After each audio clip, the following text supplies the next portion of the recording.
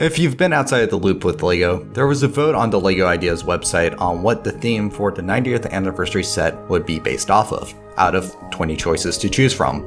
Most discussion on the subject during round 1 was centered around Bionicle's strong performance, with fans using this as an opportunity to show LEGO that there is indeed interest in the franchise still, and detractors getting frustrated because the line doesn't fit in their box on what LEGO should be.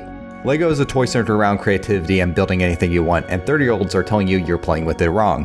Anyway, after round 1 was over and the votes went through voter verification, Bionicle came out in first place. Classic Space won second place and Pirates won third, so they got added to the final round of voting.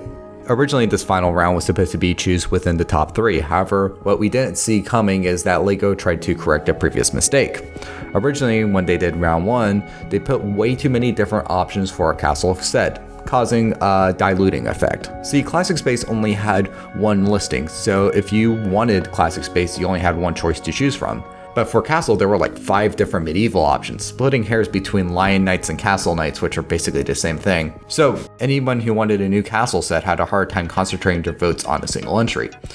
To fix this, LEGO decided to give Castle a second chance and made it a surprise 4th option in the final round of voting. This was done by taking all Castle entries and all Castle sub-theme entries and combining the number together, resulting in a total big enough to be within the top 3. Now, the writing on this specific blog post on the LEGO Ideas website has a couple parts where the wording is kind of rough. When I initially read the part where they talk about combining all the Castle-related votes, I interpreted that they weren't taking into account double and triple dipping.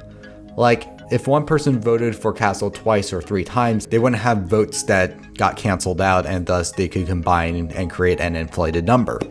If one person voted Castle 3 times, they would have 3 votes for Castle rather than just 1 vote.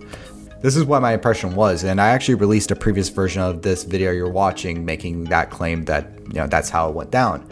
However, after releasing that first version of the video, the idea of LEGO making that big of an oversight didn't set with me right, so on my own accord, without anyone telling me to, I went back and reread and re-reviewed the article.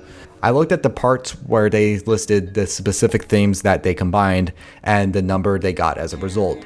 I then looked at the round 1 results page, grabbed the independent vote and totals for each one of these themes, and then combined them together through a calculator myself. My resulting number ended up being significantly larger than their resulting number, thus implying that they did indeed take into account said double or triple tripping thing that I was afraid that they left out. Now, I'm glad I caught this error myself, and I am correcting it right now in this video right here.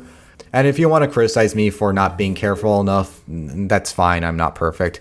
But it also says something on the blog's part that the wording on this post was so funky that I got that impression, made a video expressing said impression, even highlighting specific segments of the article on screen, had hundreds of people watch the video, and not a single one came to me and said, "You misread that part," or "You were wrong."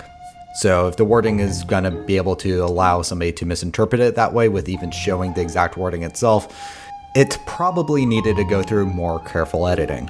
But anyway, at this point, the final round of voting has closed, and we won't know the winner until 2021 when the actual 90th anniversary set drops. Again, I have mixed feelings on the choice of making the set completely unknown until release and not showing the results of the votes until then. On one hand, I understand completely wanting to wait until the very end to keep the big surprise and not ruin the hype of the moment. On the other hand, however, well, personally I really enjoyed the transparency of round 1, and I am disappointed that round 2 didn't really get that. In round 1, I liked that you were able to see all the numbers and the actual placements when they came in, reasonably after the votes ended. On top of that too, when everybody voted, a whole page was available where you could actually see each account with their votes on it, which actually led to fan sites tallying their votes themselves. We were able to actually get the numbers ahead of time before LEGO came in with their voter verification, and we could see how many numbers were actually shaved off between pre and post verification. However, round 2 doesn't seem like it's going to be handled the same way. So my only option here is to trust that things will be handled correctly, and wish that when the 90th anniversary set drops, LEGO will release the numbers and the placing of the votes.